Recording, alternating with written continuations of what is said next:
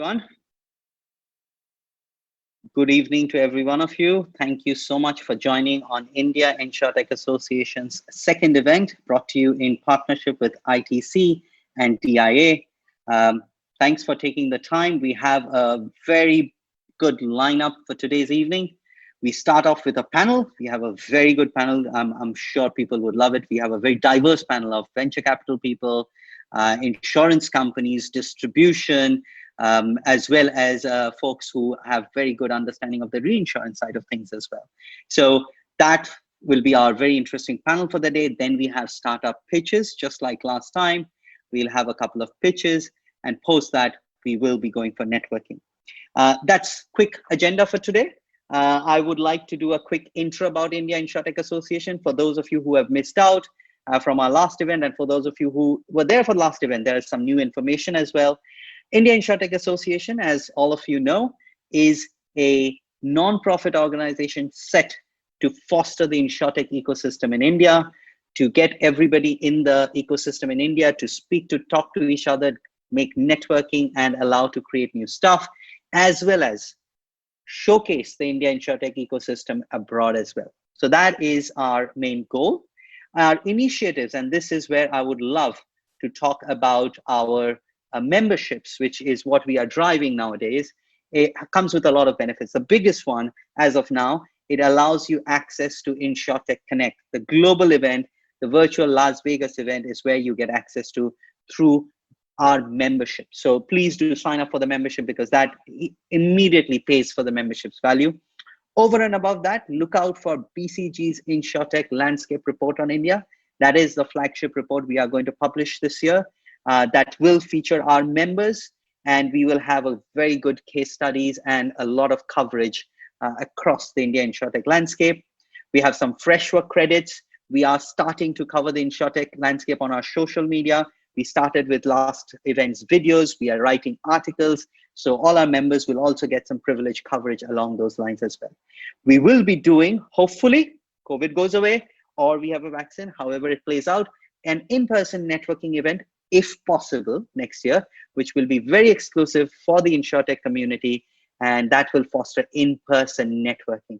So those are the various initiatives we have in place for India InsurTech Association and its members.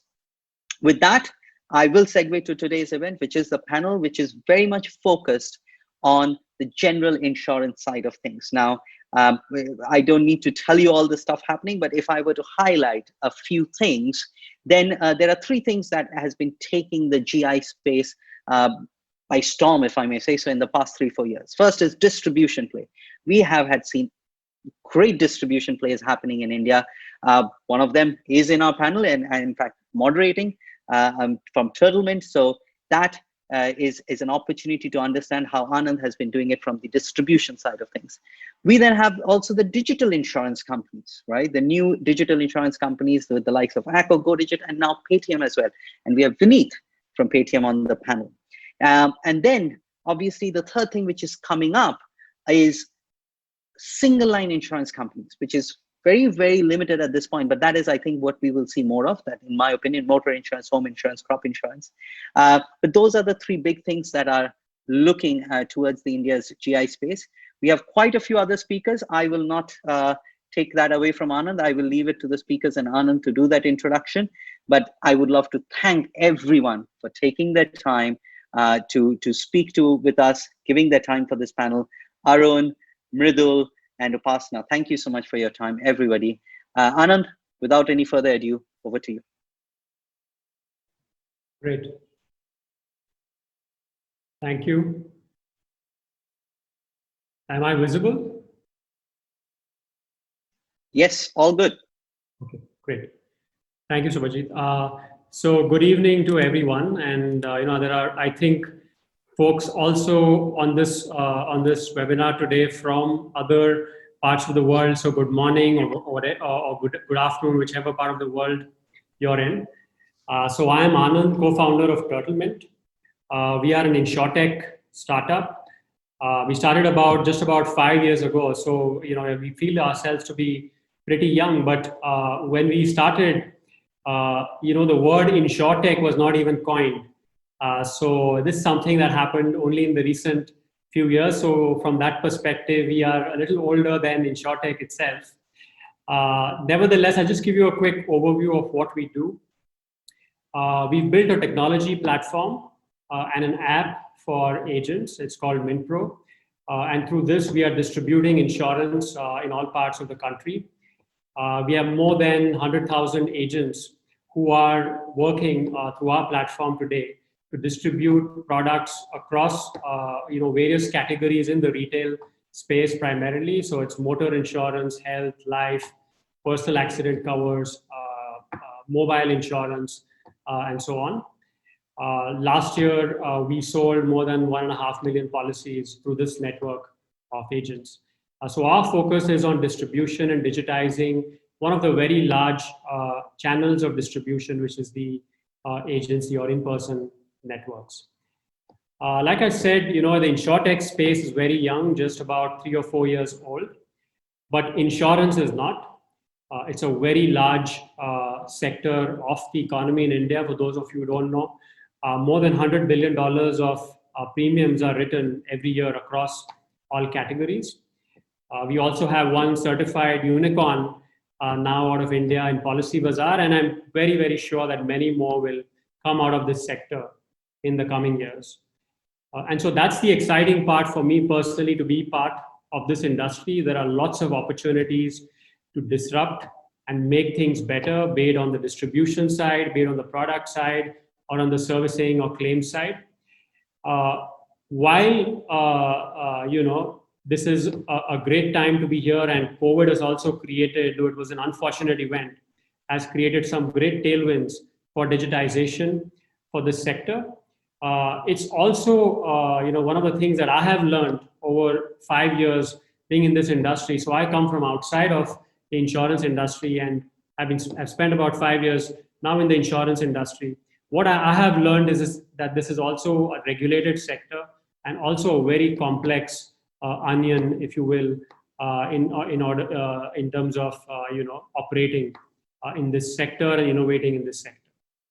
So what we are going to do in this panel, like Subhajit mentioned, it's about P&C or general insurance categories that we're going to talk about mostly. So that's everything excluding life insurance. We're going to get inputs from our esteemed panelists to help us peel this onion and understand what the opportunities are and what are some of the things to watch out for as we build new technologies and new services in this category. So without further ado, I'll ask each of the panelists maybe to spend a couple of minutes to introduce themselves. We could go, Vineet, you could go first, then Upasana, then Arun, and then Mridul. Hi everyone, and thank you, Anand. Thank you for having me here on the panel. I am Vineet. I am leading the insurance initiative for PayTM. This is across, both the non-life is our first, I would say, venture that we are doing. Our idea here is to see that how can we really, take insurance to the right potential in India, and that's what we're doing. At this point of time, we are getting into the acquisition phase. We don't have a company which we are running right now, but we are getting into that space soon. We are working with the regulator to get the approvals, and hopefully we'll be able to come out with the services very soon.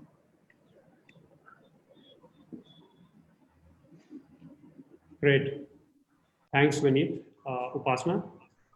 Yeah, thanks for the welcome, Anand. I joined a little late, so let me just check if you can hear me clearly. Yes, we are able to hear you. Great. Thanks so much for having me here, everyone. This is Upasana from Mobikwik.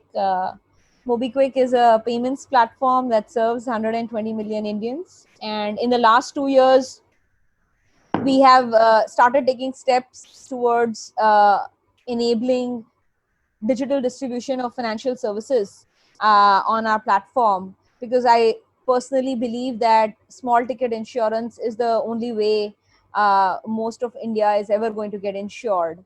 And like Vineet mentioned, for PayTM, we at Mobikwik are also currently in the process of setting up the right regulatory framework and setup.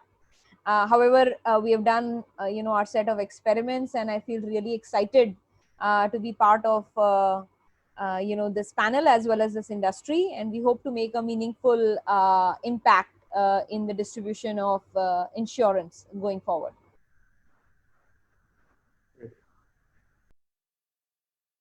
Thank you, Upasana. Arun, we'll go next. Thanks, Anand, and hello everyone on the call as well. My background, I was the CEO for Berkshire Hathaway's insurance business in India before starting Xceedance in 2013. And prior to that, I was an internet entrepreneur in India trying to do online insurance aggregation like Policy Bazaar, but clearly we did a horrible job. Got a chance to work with Berkshire Hathaway and global insurance companies. And in 2013, when we started Xceedance, it was really with an intent to create a managed services and technology partner for the insurance industry dedicatedly. And we work with about 85 plus insurers and reinsurers and MGAs across the globe. Don't have any clients in India. About 70% of our business is US based, 15% is London and Lloyd's, and 15% would be Australia. As Anand mentioned, the word InsurTech wasn't really there when we also started about 7 years ago. But today it's a very exciting platform, right? Besides, we've grown to a global team of about almost 1,700 teammates. And today, Xceedance is an active strategic investor as well. So we made a few investments in InsurTechs, not in India yet. We looked at a few, so I look forward to sharing that perspective. And, lastly, as Upasana mentioned, some very interesting platforms out there which could leverage some global business models we have seen also. So I look forward to sharing that with you as well. So thank you. All right, I'll go next. Thanks, Anand. This is Mridul. I work with SAIF Partners. We've now been investing in India for almost 2 decades. And in our sort of focus segments, financial services and fintech continues to be a big area of focus. Obviously, founders like Upasana, Vineet, Arun and Anand have first-hand experience. My learnings are more vicarious by virtue of investing in a few companies through CoverFox in the past, ACO now as a manufacturer, Vineet and PayTM now, who are obviously going full guns on insurance. And it's been fascinating. I echo that 5-6 years back, I don't think InsurTech was a word and no one would talk about it. In last year or so, that's really become the buzzword. I find technology and financial services an interesting intersection. I think solving for access, distribution that we talk about, solving for product innovation is a very interesting area. And India definitely needs that kind of innovation for insurance to reach anywhere in terms of meaningful penetration. So look forward to the chat and interacting with you all. Great. Thanks, Mridul. Thanks, everyone, for the introductions. So I'd like to kick this off, taking on what Mridul talked about in terms of penetration, right? The insurance penetration in India is among probably the lowest in the world at 3.5% of GDP. And if you look at many of the pure protection type of categories, say health insurance or home insurance, which are really huge categories in other markets, we are very small. And then if you look beyond that into other P&C categories, be it SME insurance, cyber, travel, disability, personal accident cover, all over if you look at almost all the categories, we are quite small and a lot of scope and opportunity to grow. And one of the things, traditionally insurance companies have had certain sort of channel structures to take their products to market. So one of the channels is agency or broking, which is a channel sort of we are trying to improve and disrupt through our technology. Then there is the large sort of captive distribution channels like banks, so the bank assurance channel, or the OEMs relationships, with the manufacturers of cars that are present on the motor side of things. And then the third is the direct channels of the insurance companies themselves, which I would also include digital to be a part of that. So there have been these sort of traditional channels, but these channels have had their own challenges in terms of cost of operation or the ability to provide a certain quality of service and experience to the customer. And the developments in the internet space has shown us that there are other ways to distribute, maybe better ways to distribute some of these products, be it, obviously the e-commerce sector, and even to some extent now we're starting to see some amount of maturity on the digital lending side. So my question, to the panel is what do you see are the opportunities for improving distribution in the insurance space? What are some of the things that insurtechs could focus on, especially in the low penetration kind of categories?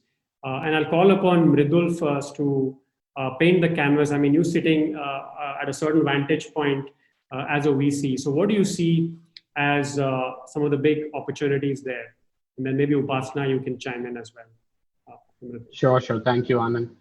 I think it's very interesting now where we are when we talk about distribution and access. And access, as I said, I feel very special about access being a great theme in India, broadly for financial services, insurance included. I think at least I see 3 or 4 kinds of opportunities emerging where both the penetration and the distribution can increase. I think one is clearly, Anand, the kind of work you are doing and a lot more people are trying to do, which is the reality is India is a massively fragmented, dispersed market. The reality is insurance is a tough product to understand, continues to remain a product which needs a certain kind of hand-holding and advisory. I think a lot of what insurtechs can do is enable, what we have seen traditionally as offline distributors to be able to sell products. And I think you can bring 3 or 4 propositions to the market. I think you can bring a bouquet of products as a tech platform, which an individual advisor obviously cannot. B, you can do some bit of product innovation, ticket size innovation when you work hand in hand with manufacturers. And I come to the supply side. And C, I think it's also fundamentally a great way to generate meaningful employment in India. One of the examples I love in our portfolio is a company called Meesho, which has done this for women, for a lot of other categories which have always relied on more consultative, localized selling. And there is no reason why with the right set of training and tools that can't be done for insurance. So I love this theme where, of course, everything's online, everything's digital, but I don't think the offline is going to go away. So I love the way to enable that. I think the second thing maybe I can speak about is the fact that now we have platforms like Mobikwik, PayTM. We almost have these islands of users, doing multiple things with these platforms. And I think it's such a great power and responsibility for these platforms to then provide access. And here again, as Upasana said, small ticket insurance, right? Can we do insurance both as an attachment to core products you buy? Can we make it small ticket size so that it's affordable? Can we do it for use cases which you can't buy today for? One of the examples I love giving is when Taku launched this ride insurance with Ola, which is priced at 1 rupee. It's frankly a great cover. Like, how would you think about getting insured for like a 30 minutes cover? That's something that only an insurtech can do. And that's maybe a product innovation, but also something which is possible on distribution side only if you have someone like Ola available, right? Similarly, you can think of many more platforms. And lastly, I would say on the SMB side also, now we have these great platforms getting built, which have a lot of SMBs on them, be it OK Credits, Khata Books, other players like that. And I think and PayTM has a great merchant side network, for example, right? So you're going there for payments, you're going there for accounting, you're going there for tools. And I mean, if you look at the numbers in insurance in India, obviously health and auto stand out, growing fast, meaningful numbers. But some of the non-health, non-auto categories still remain abysmally small. So why is there no way to sell, an SMB shop guy? Why can't we sell fire insurance through a platform like this, which makes it? And then last bit from me, and then I hand over to Upasana. I think the other key innovation you can do is making it affordable. in distribution, which to me is a mix of both distribution and customer, but also financing. So I think premium financing, for example, or premium financing facilitation could be a great opportunity to also distribute and massively reach out to customers. It's going to lie somewhere between the manufacturing and distribution, or you need an intermediary to do it. But I think that's going to become super relevant as well, especially in things like health. Sure.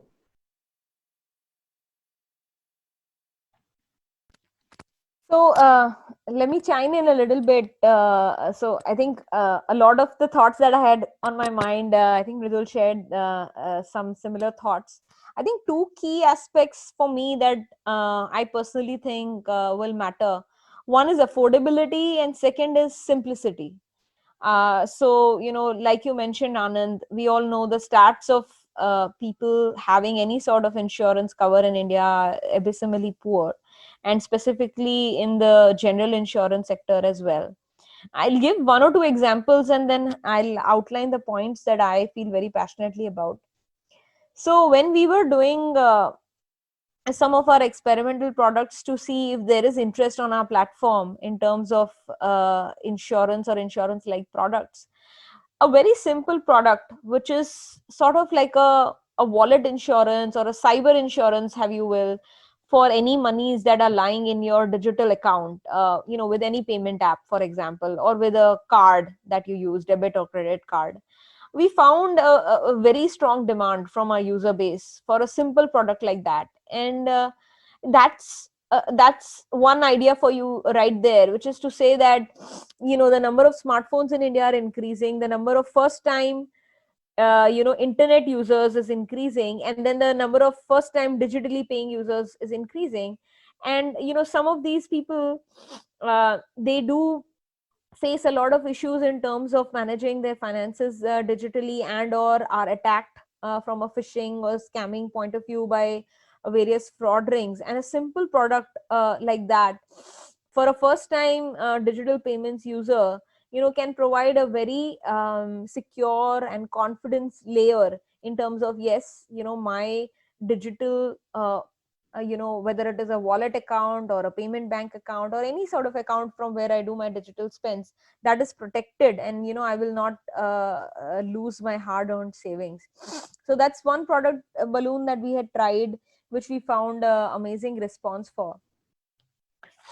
Another one that I think is very interesting, and which is to say, number of people who are trying to buy smartphone as their first personal computing device, as we know in India, is increasing all the time, right? There's still, I think we are still in the 400 millions range, and there's still, half the country will eventually convert to this. And so the people who are first time buying a phone which is thousands of rupees or higher, we are finding an interesting response in them wanting to buy a extended warranty or some kind of warranty product on top of that. So these are just some very simple examples I wanted to mention, whereby I think that use case based insurance for relevant large ticket products makes sense. But to the point that Mridul was making, a single ride insurance, which is like a 1 rupee insurance, or whether it is a 10 rupee product or a 100 rupee product, a product which has simplicity and can be explained to the vast population of India. India, as we know, consists of several Indias in itself. And I think for something to have mass acceptance, the product needs to be viable and understood from a common person point of view, not from the top 100 million Indians point of view. And I think that's the opportunity from a digital or an insurtech point of view, where I think that whether it is platforms like ours or whether it is young insurtech startups, I think we have that opportunity to create interesting small ticket products, so innovative products, but at the same time with very simple communication and messaging, which can be vastly understood across the diaspora of India, from the cities to the towns and larger villages in the country. I think that is sort of my view, that that's where insurtech companies can provide a lot of value.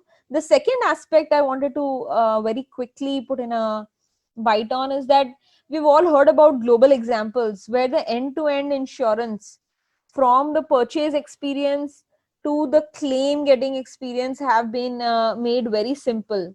And in India, one of the larger challenges is that although there are smaller set of people having insurance, but those who have insurance also have a certain level of confidence on whether their claims will ever be met. And so I think that is yet another opportunity to offer an end-to-end customer journey and an end-to-end process where an insurtech company, if they are working in participation with an OEM, can not only distribute but also make the entire journey super simple and thereby build stronger adoption. Sure. Thanks, Upasana. I guess one of the questions I have on the whole small ticket insurance proposition that both of you mentioned, right? A couple of things, and maybe I ask Vineet also to jump in on this. But on the small ticket insurance, is it more of a marketing strategy, and is it really the right product for from a customer point of view to get the kind of coverage or the peace of mind that insurance is supposed to give you? Do you feel, Vineet, from that perspective, is it a proposition that is strong, or is it more of an acquisition strategy? And secondly, if you have some data or views in terms of, does it really affect conversion rates? I mean, do small ticket insurance products convert at a better rate? Customers convert at a better rate versus buying larger full sort of coverages? Yeah. So thanks, Anand. I think this answer doesn't really have a straight answer to this particular question, but I would say that small ticket insurance have to be contextual. It has to really serve that exact purpose that it is being bought for. If we try to oversimplify a complex product like a health insurance and try to make it small ticket and then try to sell it, it will be a compromise on the kind of cover that the insurance is supposed to give. So there will be some kind of a compromise which will get developed. However, there are let's say customer needs which are very small in nature, and those needs today the customers, let's say, might not have even thought about taking it as a coverage. So for example, you have, like Upasana was talking about, covering a mobile phone, or covering just your home insurance for a particular short period when you're traveling. So these are all very, very small ticket, or your example for the Ola example that that Mridul gave right in the beginning. So these are really that particular need. When you need it, you are going to use it, and hence the coverage is not compromised. But because the duration of the cover, or because the incidence of the cover is small, it is a small ticket insurance. Coming to the next part, which is about conversions. If it is a good, I would say, a good context and a good attachment, you see reasonable conversions. If you try to force fit something on top of a high transaction journey, you will see very low conversion. So it's not that you can put anything anywhere and assume that it's going to give you conversions. But if you do the right kind of a product on the right journey, so let's say, for example, you're doing a flight delay product on a flight ticketing journey, you will see a much better conversion than, let's say, if you're trying to do that on a mobile recharge journey, right? So it's like that kind of a commonsensical positioning of these products on the right places. So that's critically required. Maybe when we talk about really complex products, I think fintechs is not just about small ticket insurance. Small ticket is something that is easy to talk about, because fintech provides a very unique opportunity to position those products which traditional channels cannot take it to. But I think fintech is a much broader space which can really make a difference to the insurance industry and affect every channel that is working on the insurance industry, not just about just doing the small ticket business. Sure. And then, if I might weigh in on this point, right? I mean, this is something which is discussed on multiple platforms, right, as well. But I think we need to think about one basic question first: is who pays for this, right? I mean, it's very easy to create a very simple product, very cheap price, and put it into a distribution funnel, right? But ultimately, either the insurer is paying for it by keeping on its net book, or the reinsurers are paying for it, right? Globally, how this works is you're creating this product. Usually the insurer will try to find the right reinsurance capacity for these products and programs. And when you go to the international markets, the obvious questions are around the data to support it, right? Because these are not high frequency loss programs. They are more of a severity issue, right? You have one severe set, what happens? And if you don't present any data to back it up to the reinsurers, you don't get capacity. So you're expecting the insurance companies to take out an unknown book of business on their portfolio, right? On a net basis. So that becomes a challenge, right? I think there are successful examples of these cross-selling globally. One of the biggest ones is travel insurance, right? So you sell travel insurance at point of sale. It has great loss ratios, 25 to maybe 45%. But that doesn't make insurers a lot of money because the distributors take up like 45 to 50%, right? By the time everything, extended warranty is another game. It's not a loss ratio problem. So eventually, if the insurers are not making enough on their combined, these products will never be interesting. So if we really want to get product innovation to the end customer, insurers will have to support and provide capacity, but also the distributors and the intermediaries will need to take in a proportionate risk in the beginning by lower commissions or something, which can gradually increase with performance.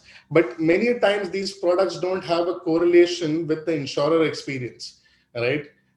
One very good anecdote I can give you is, and it is not just distributor, it is about protecting the eventual capacity, which is the reinsurer. So we all have heard of the big IPO in Lemonade, right? I mean, people have made blockbuster money. A very interesting anecdote is the reinsurers have lost $27 million so far on them. If they had put that money in their Series B or C, they would have been sitting on 8 times the money. So it's eventually the reinsurer is paying for it, right? So why will they eventually keep supporting this innovation if they are not making money? So let's not forget the whole ecosystem and ensure everybody in the ecosystem is getting sufficient play at these. It's not only the customer, it's not only the distributor, it's not only the insurer, it's the reinsurer. Everybody needs to make money in this for true innovation to happen. And I don't think globally we are addressing it like that. Right? So just thought I'll add in. Great. Thanks a lot, Arun. That's a great perspective. I mean, there's a whole value chain here, and the product has to work across the entire value chain. And you're saying there are some question marks around small ticket products, at least today, in terms of making sure that happens, and the whole setup across the whole chain has to work to make it work. And the other interesting thing you mentioned, Arun, was about data. And so I'll get to my next point and want to hear some of your comments, right? So one of the things that digitization has done across all industries is create a lot of data. And we have IoT sensors going into different machinery, we are going into homes. So a lot of data is getting created, and I think 2-3 years ago, the economists, declared for the whole world that data is the new oil. A secret that probably VCs like Mridul knew for many years before that. But nevertheless, so now the proclamation was made, everybody has starting to look at data and what they can do with it, right? So the question, and if you look at the insurance industry, it is probably the most data business, if at all there could be one, right? If you look at across the entire value chain, right, from understanding customer behavior to convert them, to pricing risk, to preventing adverse events, so you can save, you can reduce claims, to claims assessment. It's all about data.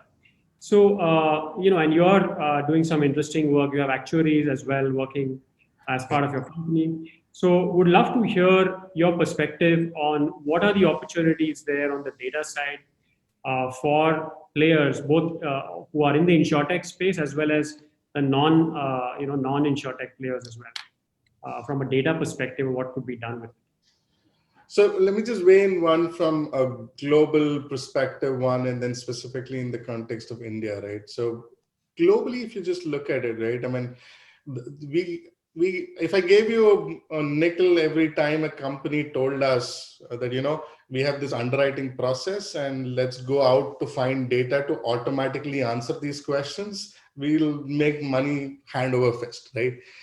So we have several auto insurance companies in the US which have 40 questions to be answered online before you are given a coverage and quote. Happens across the world, and they're trying to find, using VIN registration, information about car, using credit, the person. They're trying to continuously find data sources to automate the underwriting process.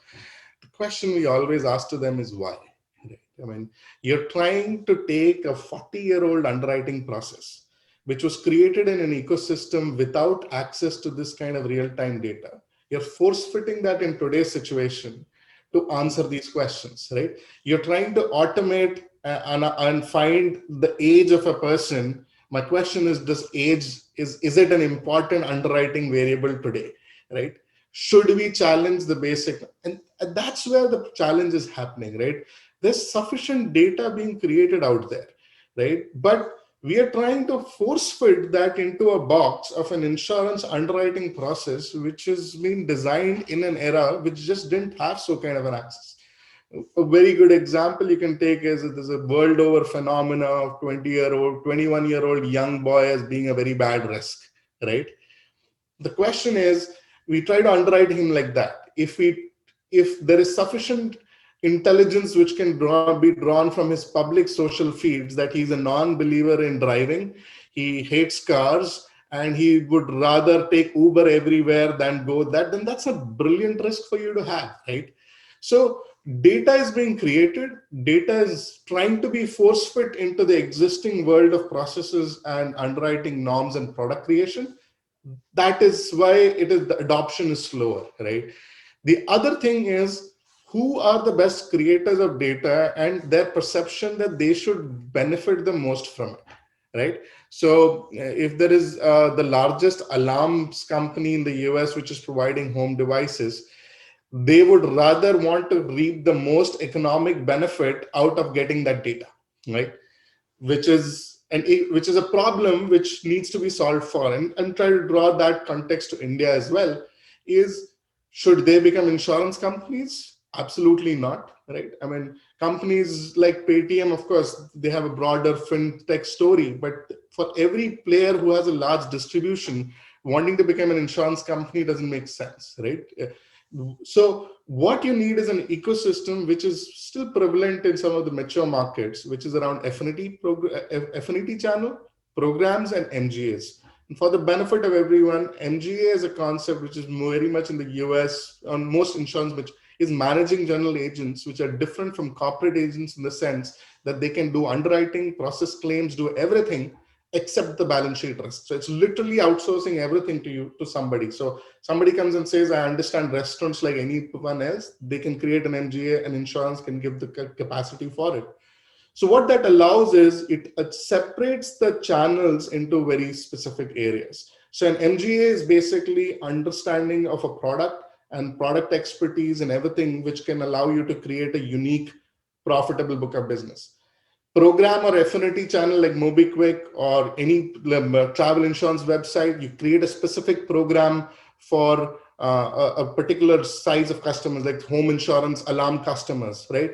That program needs to have specific coverages, specific limits, which are defined and justified for that customer of that channel, right? And that ecosystem is what, if it comes to India as well, I think if the regulator allows an entity like that or more focus on programs and affinities, I think that product innovation will happen a lot more. MGAs drive a lot of product innovation across the world. And this will allow companies in India which have the data with them, right, to think of innovative ways to leverage that as well as get the right economic benefit out of it. So just to summarize again, I think data is out there in tons.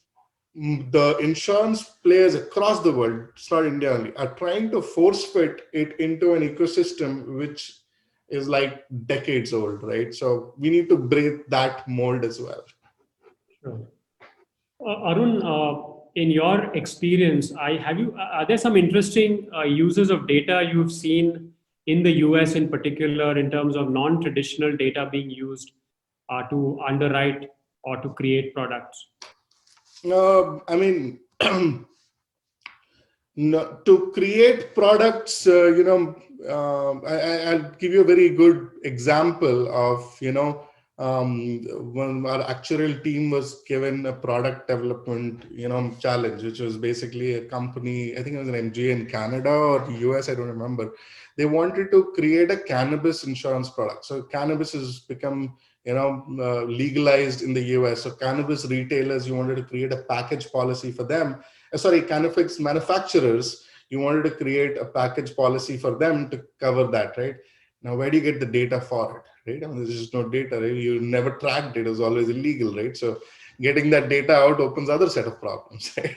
So these guys did a correlation and found that the growing characteristics are very similar to tomato, right? A tomato as a plant. So there was whatever data available across the world from crop insurance or around the tomato as a product, right? That became a proxy to create a package policy, which by no means is perfect, right? I mean, especially when you're creating innovative products, by design, they will never have the data for you to force fit into that equation. You need to find the closest proxies, the closest and situations which can help create a base product and then refine it with more data. So other than that, there are a lot of, the image data being consumed for claims processes. For marine data, people are trying to create an underlying blockchain layer. Like you must have heard of the example of Maersk as a shipping company, which has incorporated DLT into their whole value chain. Suddenly, there's consistency of data across all platforms. So marine insurance is getting some innovation there. So, but I mean, truthfully, Anand, there's nothing earth-shatteringly great which has happened by anyone. I mean, a lot of incremental steps, but at a mass, a pure play, digital-only product which changed the underwriting landscape. I'm yet to see a good example of that.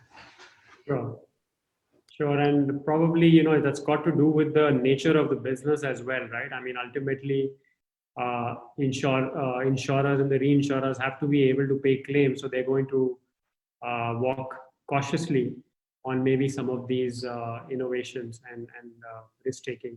I'll move to Vineet. PayTM has a lot of data, through the wallet business and through the payments business and so on. What are your views of PayTM and what are you trying to do in terms of your data and trying to use that in the insurance product creation space or understanding consumer or any other ways? Have you done anything in that area? Are you thinking of something? Anything that you can share with us would be great. Yeah, so I think depending on the category of the product that you want to look at, you can find data today. So it's not that there is lack of data. Data is available, but it's what you're looking and what you're trying to find. That's the first question that I think needs to be answered. And to basically answer that particular question, we need to really go back and say what is insurance and what are we trying to do here.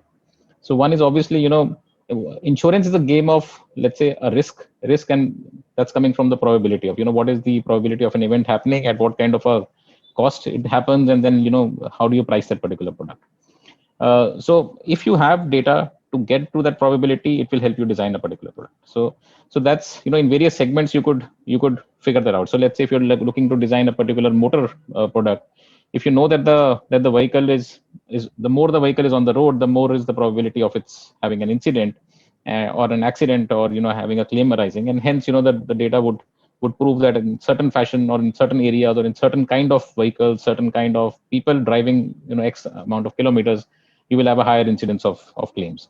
So that's where some part of data comes in. Second part of data is that you need data to also understand, let's say, what kind of a product you want to pitch to which kind of a customer. That's also very important, because if you're doing it digitally, you don't have a face-to-face interaction happening. You don't have a digital or a physical person talking to a individual. So you need to really understand the customer, and if you get maybe one opportunity, maybe two at max, to really make sense to him, and if you're not making sense to that person, it's going to just fly off. So you need data to be able to pitch the right product or to showcase the right product to the right set of customers.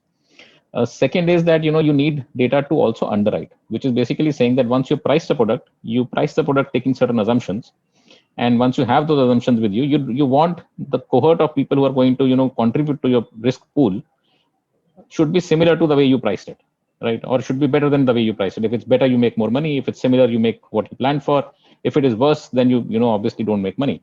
So that's where I think the data really comes in handy. And how do you now use data on a digital platform to be able to get to the right person, to be able to make sure that that person or that particular asset belongs to the category that belongs to the risk pool that you want to underwrite, and you accordingly take it on your books and create a journey where you can then make claims much easier for him. So this is where you need to really use data, and today I don't think there is lack of data. If there is something which lacks is our ability to process it in a certain manner to get to the right information point, because sometimes it is not as sanitized, sometimes it is not. There might be, let's say, 10%, 20% kind of aberrations available in that data, and those 10-20% aberration, then insurance is a huge margin. You're not making products which can bear that kind of a cost. Your insurance companies typically work on cores of 90, 100%, 102% kind of numbers. So I think that's where the finesse needs to start coming in. The entire tightening of this needs to happen, and the use of data then needs to become more and more productive for an insurance company. It's a matter of companies starting to look at it from that fashion, and then let's say curing it much better. Thanks, Vineet. Upasana, Mobikwik also a similar sort of business model in terms of payments and so on. Any perspective from you on how you are looking at your data and how you could use it? And also maybe, I'd like you to also touch upon another topic. And some of the fintech players, there was a big brother to InsurTech, I think it's the fintech players who've been doing business for the last few years and have got some scale. So any learnings from your experiences in running payments businesses or lending that would be helpful for an InsurTech startup as they look at building scale, similar kind of industry, financial services, regulated. So what are some of the learnings from your from your other experiences? That will also be great to hear from you. Great. Yeah. So I think let me address your first question on the data piece, which Vineet was also talking about. So I think I firmly believe that the next 10 years, 2020 to 2030 at least, in the Indian ecosystem, I believe we all say it as a cliche, but I really believe that data is the new oil, and I believe that we are still at the very early stages in terms of appreciating the value of the data that some of these platforms have. I think that previously also there was discussion about small ticket and how does that tie in. So I think my thesis is that firstly, using the data to understand the user better, the user abilities better, the user demand better, and the different segments of user better. I think we are still at the very early stages of that. I think there's a lot of opportunity to use machine learning in very capable ways. But I think so far, what I have seen, not just in the InsurTech sector, but across the financial services sector, I think we as a country are still in very early stages of that. And we could really do a lot more in terms of looking at alternative pieces of data, given that outside of Aadhaar and few other such information pieces, we really don't have a lot of formal information about the entire citizen base of the country. So I think that the more we are able to put together this data, also data as services, for example, one idea that we have not really worked on, but I would like to work on in the short-term future, is a way by which, for example, a platform like Mobikwik would want to use data on the user base, not just for our own use in terms of how we cross-sell other products, but could we also expose it as a service for other insurtech service companies to use for their benefit in terms of how they want to recommend products to users, underwrite users, claims process, whatever it is. So that's just one thought. I think in terms of an ecosystem play, I think there is a lot of opportunity for us to work together and create a larger sort of user graph for the Indian citizens, and therefore be able to do much better than what we are doing right now. And coming to the second piece, which is learnings from our payments business as it applies and what people can learn from it. I think 2 points I would like to make here. One is that what I have seen so far in the tech ecosystem, almost everyone has, outside of organic reach, spent money, to the FANG group, whether it is Google or Facebook, to acquire users. Acquiring a user and selling them one product, I think that is easy. It's money, you spend the money, you get the user, you sell them something. I think the holy grail is retention. I think the holy grail is how do you build a repeat user? How do you finally, get enough business from the retained value of that user where you can justify, the cost that you've already spent on that user? I think that that is a holy grail, and I think more companies at all scales, whether they are at early stage or growth stage, mature level, think in that direction. I think long term it will have value for them. And there was a little debate. I think you only asked the question, Anand, as to how do we think about small ticket. I do think small ticket is first an acquisition strategy, but it doesn't really help if you are able to sell 110 rupee or 1 rupee or 20 rupee insurance product to one customer. The holy grail there too is, will that customer buy more products from you, and over the life cycle of their lifetime, will they buy more and more progressively, more relevant, more important, and long term higher ticket products from you?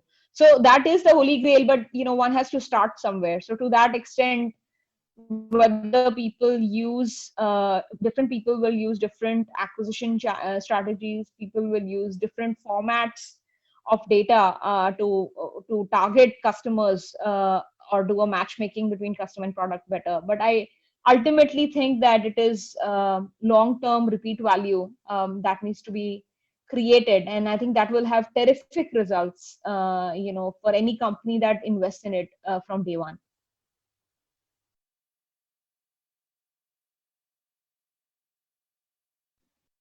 Yeah, thanks Upasana for that comment. Makes a lot of sense.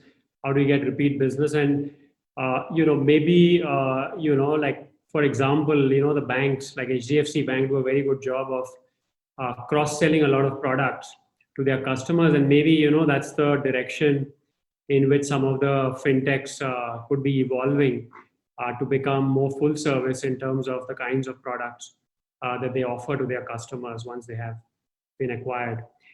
PayTM probably is also pursuing that kind of a strategy. Vineet, I'll move to you with a slightly different question, which will be of great benefit to hear from you, given the large amount of experience you've had working in large insurance companies.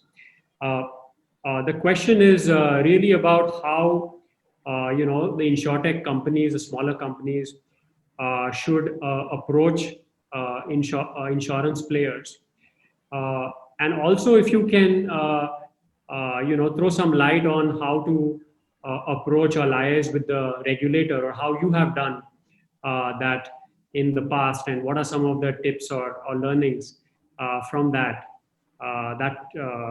maybe it applies to the entire insurtech ecosystem.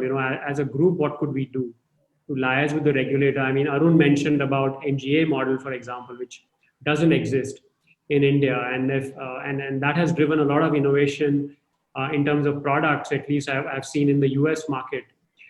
So, what are some of the things that insurtechs could do to work A, with the insurance companies, and B, with the regulator? I'd love to hear your thoughts on that. Yeah, I think that's quite interesting. But So I think from an insurance company perspective, let's say running a large insurance company and InsurTech typically coming and trying to solve particular portions of the problem that the insurance company would have. So there are a couple of questions which would come in the insurer's mind. So one is very clearly about saying that can I build this myself? Can I do this myself, or do I need to do it, outsource it through an InsurTech player? Depending on the kind of firm, depending on the time, resources, etc., decisions could be different. But largely, an organization would say that I want to really own the IP for what I'm investing in and what I'm going to build together. The question would also be around saying that the InsurTech would come with certain amount of exposure, and hence the model would have been built around that kind of a model. And when it comes into a larger insurance play, they would understand that it might undergo modification and hence have cross learnings. So that's the challenge which an InsurTech faces, because if they have to go there and then with certain things, and your experience is smaller than the larger experience. I'm not talking about small in absolute terms, but I'm just saying smaller than the larger experience. The what I give and what I get could be disproportionate, and hence how that equation gets solved. That's the thought process that a company would look at it from. And hence we need to really find a solution to that particular thought process. Does it make more sense to become big with one or two tie-ups rather than go multifold and give it to many others? Or does it make a strategy of saying that my product is very commoditized, it is a very simple product, and hence let me go to many? So I think it will have different answers for different kind of propositions, but what we are doing, if it's more futuristic, if it needs more development, my suggestion would be better to stick with one or two and not really go widespread, because that would take away the confidence of one and two and say that maybe I'm just giving some of my knowledge out. The next one, which is around the regulators. See, I think these are some words or some things which we really try to. I've been into so many forums where we really discuss how to handle regulators or how to stuff. My experience has been really simple with them. I think regulators have a job cut out for themselves, and their prime job is always policyholder protection. The moment we move that out of our thinking process, obviously our equations start to look very different, because our equation does not have the variable which is the biggest weightage variable for them. And their biggest variable is going to be policyholder protection, for which they will look at saying that, is the policyholder aware of what he's going to buy? Is he going to get the fair deal? Or does an insurance company or that particular product or the particular intermediary able to service him to that level? I think that's the core which any regulator comes with. Regulators, specifically within insurance, they understand it is underpenetrated. Their goal is also to make sure that it reaches to a much larger population in India. If there is a solution which is taking care of point number one, which is policyholder protection, which is making sure that the customer is getting a fair deal, and yet is able to take it to a much larger population, I have seen them very receptive. The question could be that how does one individually reach out versus how does one reach out through associations and getting the right set of audience for working this out. That could be a question, but I think that your associations, InsurTech Association, can do some really great job in making that happen. But if we understand what the regulator is coming from, it's much easier for us to go and talk with them. And that's the prime objective of the regulator. I've never seen a regulator shooting down something just because maybe it's not fitting the bill at that point of time. It might take longer. It's a process which needs to be followed, so it might take some time. But the fact is, if they understand the value of it, it definitely starts moving there. And Anand, just to weigh in on this, I couldn't agree with Vineet more, right? I mean, there's tremendous amount of regulator bashing which happens everywhere, right? I mean, it's very easy to point that out. I mean, I would like to add my experience as well with the IRDA, as well as I see the Indian regulator. I think it's quite progressive, right? I mean, they might not get everything on the money, but I mean, there's a very strong intent to really look at the market. And if you look at what the primary role of a regulator is, and you have to think the certain policies, like in life and all, you're on the hook for 20, 30 years. So you want to ensure you'll get paid if something happens. So the regulator is focusing on that. And the other thing is, if you look at US markets, where there's a regulator for each state, and if you want to sell nationally, you have to get a product approved in each state, the language, wording, rates, forms. I mean, the landscape in India is much simpler. It's much, much simpler, right? So I think in many ways, we don't have an appreciation for it. So just wanted to add in, because we need part of a brilliant point there. So I think even our experience has been over the last 5 years that things have become a lot better in terms of regulation. They've just kept improving. Our own business model is a result of one of the regulations changes that happened. Last year the sandbox regulation came out, and the regulator has been fairly open in terms of trying out new ideas and new business models. At least a framework now exists whereby insurtechs can work with the other insurance companies and other players to try out new things. Things are definitely getting better, I think, from that perspective as well. So we are just about, I guess, running out of time. So I'll move to my last question to all the panelists. Maybe you can take a minute or two to talk about this. So, if you were a betting man or a woman, what is that one idea that you would, in the insurance?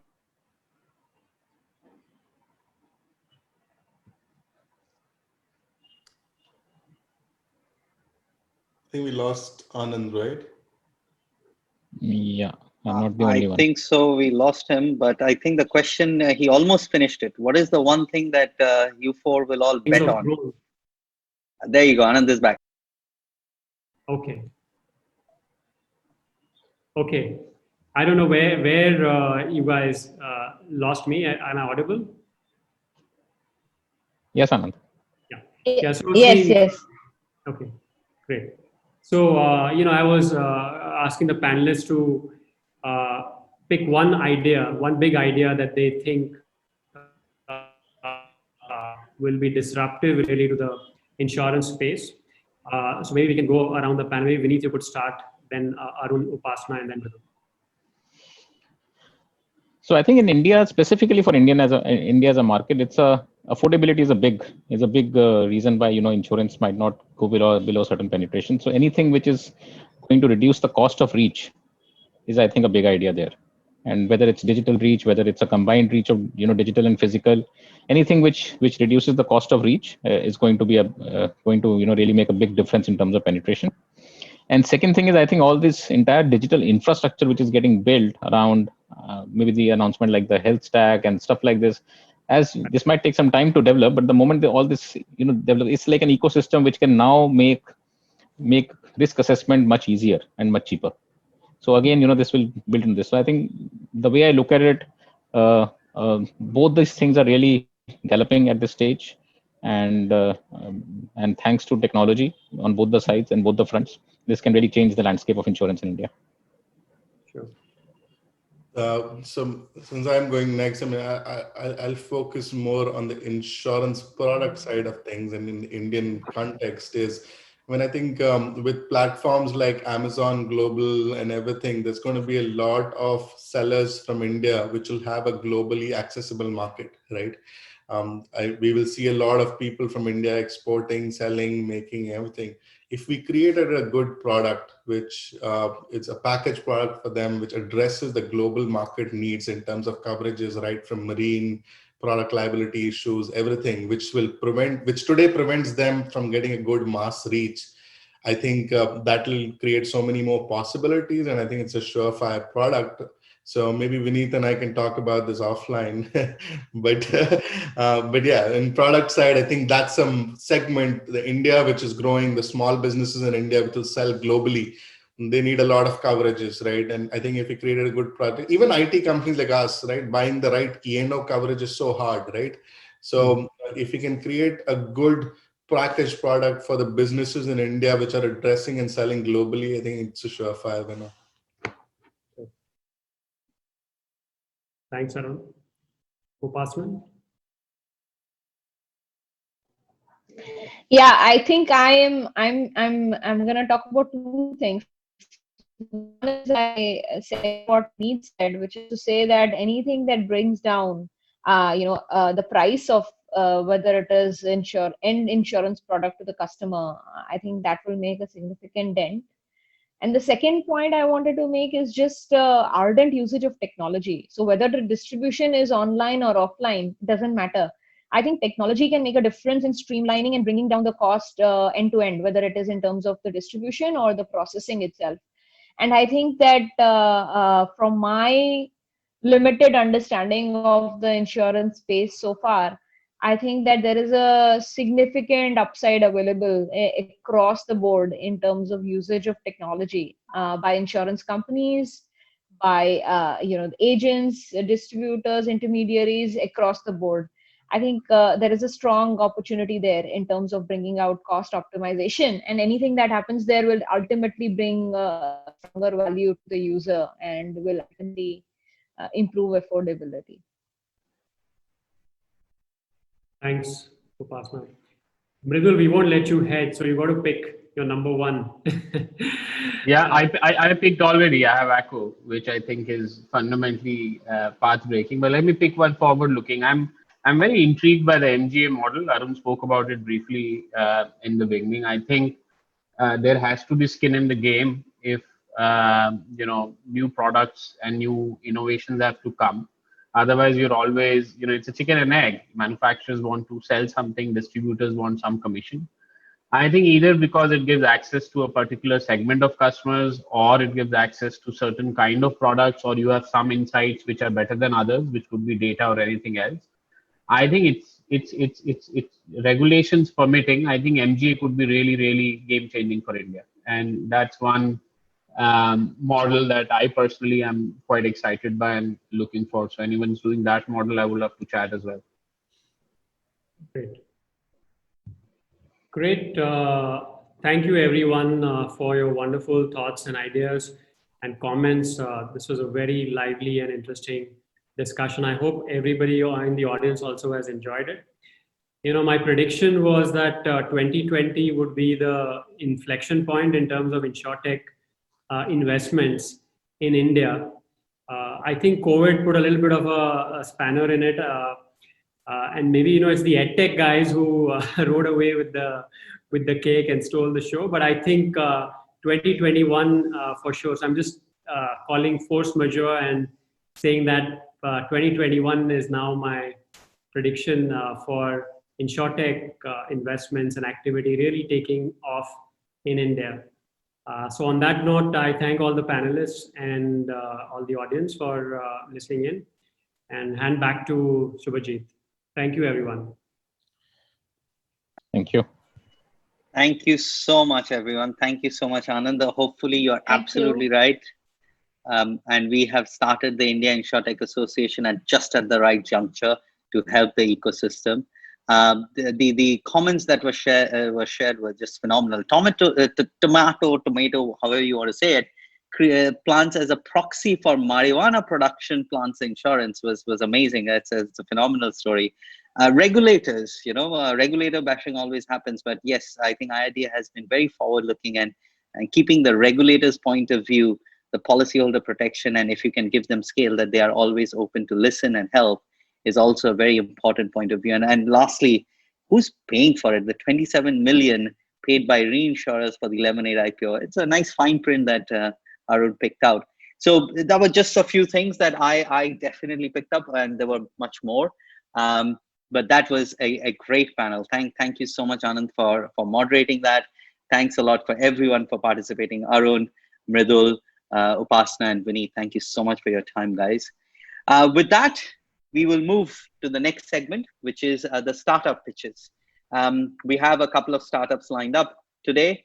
So we will start with the first one, and we will listen to that pitch video.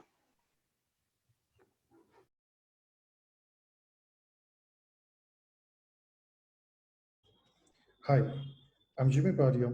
I'm the CEO and founder at Floatbot. Floatbot increases digital sales of insurance and automates contact center operations using voice AI. At present, most of the insurers have best-in-class digital web application forms, but still the sales through these digital channels is less than 5%. These web forms are not interactive, doesn't answer customer queries, and hence most of the customers drop off. This also increases the cost of acquisition because now these dropped off customers are hand-holded by tele-agents who call them frequently to continue application. Floatbot solves this problem using conversational AI chatbots and voice bots. Floatbot makes the sales go from digital to conversational in matter of weeks. These bots are highly interactive and also acts as an advisor when required. At present, we are focused on life, health, and P&C insurance. Let me walk you through a quick demo. Imagine this is the bot on your web portal where customer enters their mobile number and verifies it with the OTP. So this helps you generate a verified lead. And then the application journey begins. The complete application journey is mostly enabled with voice AI. So customer can enter voice-based input. They can also enter a chat-based input as well. And our AI is smart enough to differentiate between the answer that the customer is giving versus the question they are asking to the bot. So this is an example of advisory where customer is asking a question and bot is replying that. And after the reply, bot is smart enough to continue the application exactly from where the customer left. We also allow to give different answers to the same question based on the stage of application journey. So imagine the customer would be walked through a couple of steps of the application where they can answer. They can also ask question. So this makes the bot a lot more interactive.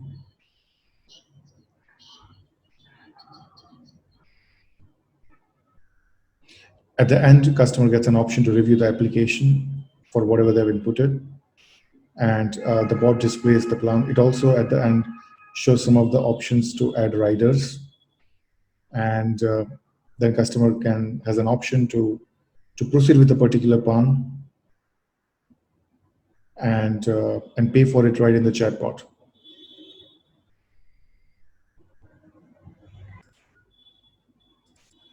So the bot is pre-integrated with Razor Pay payment gateway.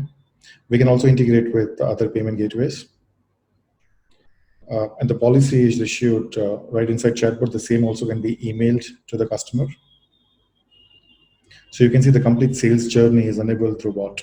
And there's an example to automate inbound or outbound calls through voice AI that's integrated with contact center.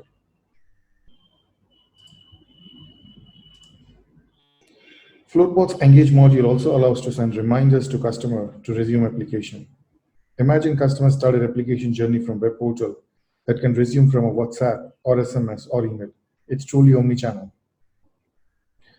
Floatbot is also working on health and wellness engagement use cases that increases loyalty and stickiness.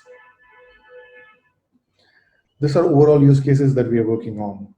Increasing digital sales, automating customer support, automating contact center operations using voice AI, insurance renewals, automate claims submission, and health and wellness engagement.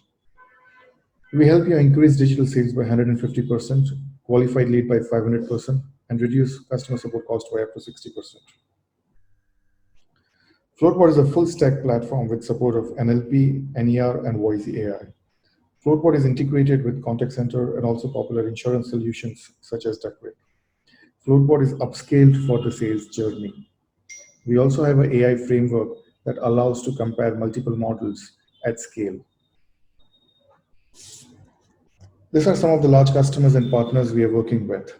In last 3 months, we have doubled our ARR and signed key strategic partnerships.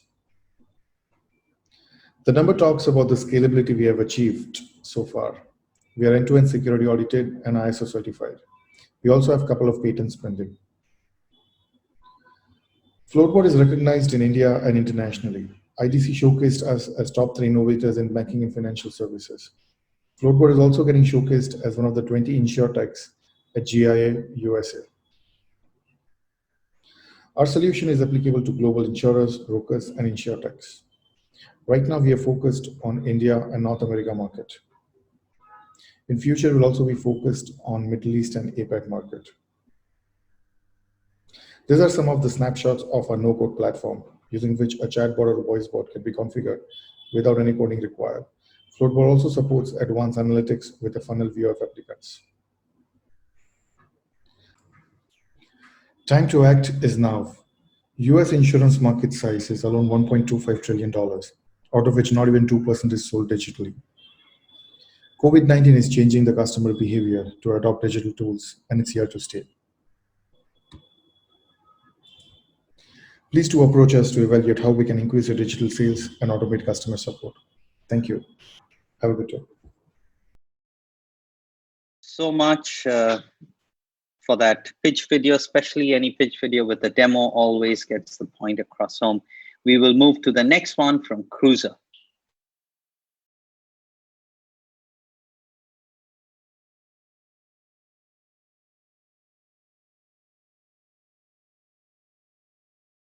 Hi, I'm Pallav, co-founder of Kruzr, and we are building a technology platform to leverage the power of smartphones to make driving safer. So what problem are we solving with Kruzr? Road accidents cause 1.3 million deaths and 5 million serious injuries every year. How does this impact the motor insurance companies? They lose $180 billion annually in claims due to accidents which could have been prevented through timely driver guidance. Why haven't we been able to solve this huge problem? It is due to lack of rich, meaningful, and actionable driving data. How are we solving this at Kruzr? By adding real-time context to driving data and making it meaningful. We capture data from the smartphone and infer speed, acceleration, braking, and hard turns. We also interpret distractions and fatigue level of the driver. But that's just the first half of the story. We fuse driver behavior data with real-time traffic and weather insights to create a truly comprehensive and contextual driving safety index. Our proprietary algorithms then identify the critical risks the driver faces in real time and make it actionable in the form of driver assistance and meaningful insights for insurers. Let's see how we assist the drivers in mitigating avoidable risks. Kruzr measures speed relative to the traffic and calculates the ideal speed range. If our drivers vary too much from this, the app suggests the driver what speed should he be driving at.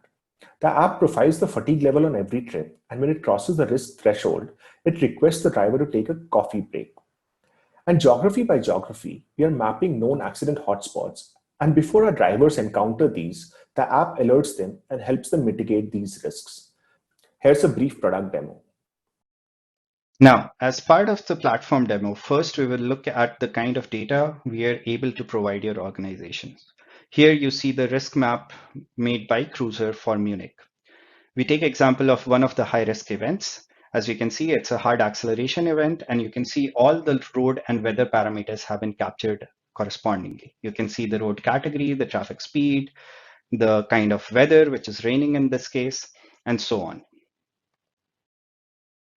This level of context helps us provide drivers with assistance, guidance, and engagement. We provide navigation, call, and text assistance. We also provide drivers with real-time risk alerts to help them stay safe on the road. We also have community-driven safety engagement programs like family groups and so on. We've created the entire platform to adapt to your organization. You can use Kruzr as an SDK, as a white-labeled application, or as APIs. So how does Kruzr help insurers? Motor insurance practices barely turn an underwriting profit today. This is because of high claims ratio caused by lack of product differentiation and competing purely on price.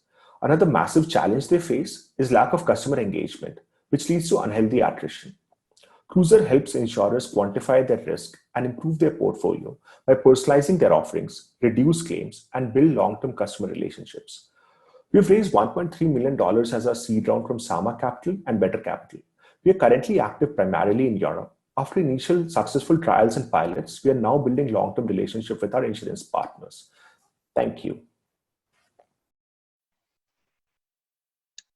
Thank you so much for that, Kruzr. That was another great video with some demo in it. With that comes the end of the live session. We heard the panel. We saw the startup pitch videos.